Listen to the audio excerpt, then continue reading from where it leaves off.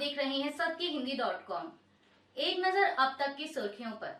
दिल्ली के मुख्यमंत्री अरविंद केजरीवाल की प्रधानमंत्री पद को लेकर की गई भविष्यवाणी पर लगातार बयानबाजी जारी है। दरअसल उन्होंने कल शनिवार को एक प्रेस कॉन्फ्रेंस के दौरान कहा था कि आने वाले सितंबर में प्रधानमंत्री मोदी 75 साल के हो रहे हैं। अब ऐसे में अगर बीजेपी की सरकार आती है तो इसके बाद उन्हें पद से हटाकर अमित शाह को प्रधानमंत्री बना दिया जाएगा।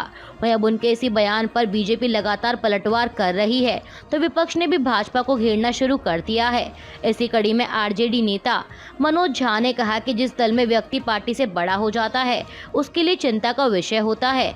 आडवाणी निपटा दिए गए, जोशी निपटा दिए गए, लेकिन पीएम मोदी नहीं निपटाए जाएंगे क्योंकि ये व्यक्ति दल से बड़े हो चुके हैं। आरजेडी नेता ने समाचार एजेंसी एएनआई से बात करते हुए आगे कहा कि अरविंद केजरीवाल ने एक और बात कही थी कि चुनाव के बाद योगी आदित्यनाथ को हटा दिया जाएगा, लेकिन बीजेपी ने इस पर खंडन नहीं किया। अरविंद केजरीवाल के बयान पर आरजेडी नेता मृत्युंजय तिवारी ने भी प्रतिक्रिया दी है। उन्होंने कहा कि 75 वर्ष के बाद मार्गदर्शक मंडल में डाले जाने का नियम किसने बनाया था। लालकृष्ण आडवाणी व मुरली मनोहर जोशी समेत तमाम नेताओं को यही कहकर मार्गदर्शक मंडल में डाल दिया गया था और अब जब पीएम मोदी के 75 वर्ष के बाद मार्गदर्शक मंडल में जाने पर कहा गया तो सफाई दी जा रही है। आरजेडी नेता ने आगे कहा कि जैसे शिवराज सिंह चौहान, वसुंधरा राजे, रमन सिंह को दरकिनार किया गया वैसे ही योगी आदित्यनाथ को भी किया जाएगा, ऐसी मंशा दिख रही है।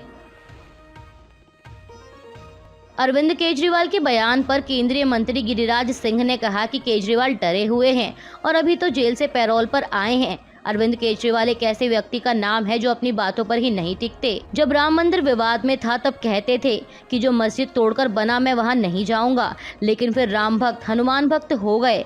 लेकिन ना तो वे राम भक्त हैं ना हनुमान भक्त, वे सत्ता भक्त हैं। केंद्रीय मंत्री ने आगे कहा कि केजरीवाल पीएम मोदी के सलाहकार ना बने। देश की जनता जब तक पीएम मोदी को चाहेगी तब तक वे देश को दिशा देंगे। 2029 के बाद भी देश की जनता चाहेगी तो नरेंद्र मोदी रहेंगे। दिल्ली के मुख्यमंत्री अरविंद केजरीवाल की प्रधानमंत्री पद वाली टिप्पणी पर आप नेता संजय सिंह ने कहा कि अरविंद केजरीवाल ने जायज सवाल खड़ा किया है। जो सिद्धांत और नियम पीएम मोदी ने अपनी पार्टी और नेताओं के लिए बनाए हैं उनमें 75 साल के होने पर चुनाव नहीं लड़ने की इजाज़त भी शामिल है। इसी पर बीजेपी के संस्थापक लालकृष्ण आडवाणी, मुरली मनोहर जोशी, यशवंत सिन्हा, सुमित्रा महाजन को रिटायर कर किनारे किया गया। लेकिन आज जब केजरीवाल ने ये बातें कही तो ये सुनते ही पूरी पार्टी बौखला गई। क्या ये नियम नरेंद्र मोदी पर लागू नहीं होगा? आप नेता ने कहा कि फिर तो आपके सिद्धांतों और उसूलों की कोई कीमत ही नहीं। संजय सिंह ने कहा कि ऐसे में अमित शाह का बयान पर्याप्त नहीं है। नरेंद्र मोदी को सामने आकर बताना चाहिए कि जो नियम उन्होंने दूसरों के लिए बनाए हैं क्या वो उनके ऊपर लागू नहीं होगा। क्या नड्डा और अमित शाह की सफाई से आरएसएस और बीजेपी संतुष्ट है? आम आदमी पार्टी प्रमुख अरविंद केजरीवाल ने कल शनिवार को एक प्रेस कॉन्फ्रेंस के दौरान बताया कि उन्होंने गिरफ्तारी के बावजूद भी मुख्यमंत्री पद से इस्तीफा क्यों नहीं दिया। अरविंद केजरीवाल ने कहा कि 21 मार्च को उनकी गिरफ्तारी के बाद से ही बीजेपी लगातार उनके इस्तीफे की मांग कर रही थी, लेकिन फिर भी उन्होंने पद नहीं छोड़ा। उन्होंने कहा कि मेरे लिए मुख्यमंत्री का पद जरूरी नहीं है। मैंने मुख्यमंत्री का पद इसलिए नहीं छोड़ा क्योंकि एक फर्जी मामले में मुझे इस्तीफा देने के लिए मजबूर करने की साजिश रची गई थी। अरविंद केजरीवाल ने आगे बीजेपी पर हमला बोलते हुए कहा कि उन्हें लगा था कि पार्टी खत्म हो जाएगी, लेकिन आम आदमी पार्टी सिर्फ एक पार्टी नहीं, यह एक विचार है। जितना वे खत्म करेंगे उतना ही हमारी पार्टी आगे बढ़ेगी।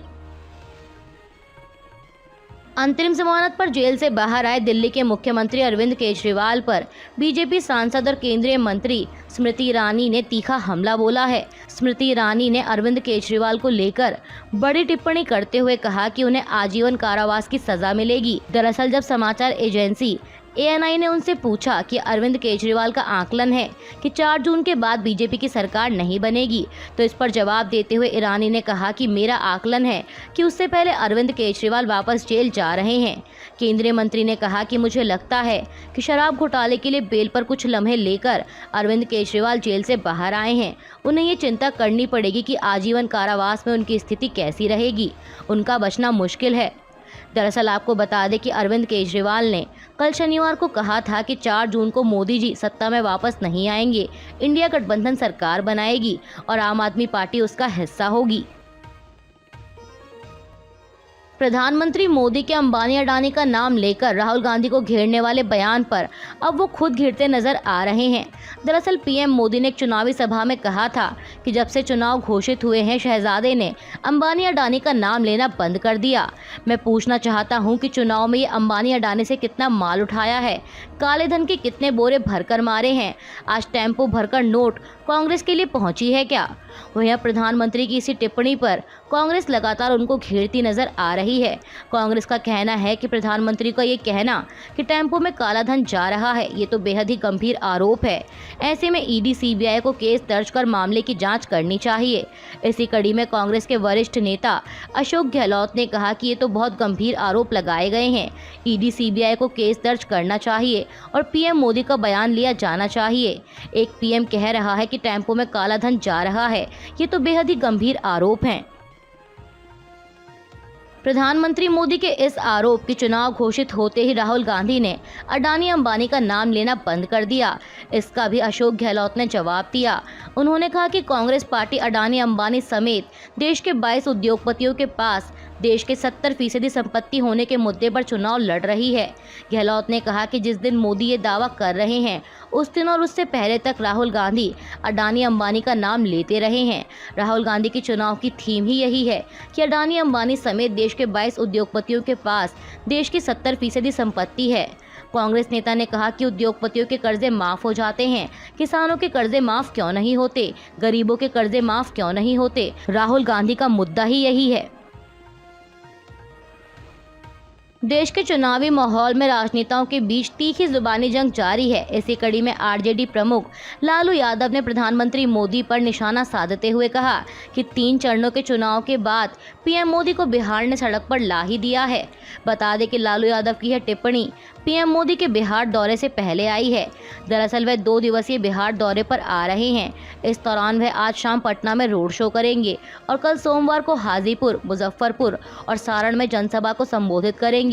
अब ऐसे में लालू यादव ने उन पर तंज कसते हुए कहा कि 3 चरणों के चुनाव में पीएम मोदी को बिहार ने सड़क पर ला ही दिया, अब बाकी बचे 4 चरणों में गली गली में चक्कर लगवा देगा। ये बिहार है, बिहार। भारत के अमन सहरावत ने पेरिस ओलंपिक के लिए पुरुष रेसलिंग में पहला कोटा हासिल कर लिया है। अमन सहरावत ने 57 किलोग्राम फ्री स्टाइल रेसलिंग का कोटा हासिल किया। विश्व कुश्ती ओलंपिक क्वालिफायर की 57 किलोग्राम कैटेगरी के सेमीफाइनल में अमन सहरावत ने उत्तर कोरिया के पहलवान को 12-2 से हराया। हालांकि 86 किलोग्राम कैटेगरी में भारत के दीपक पूनिया पेरिस ओलंपिक का कोटा हासिल करने से चूक गए।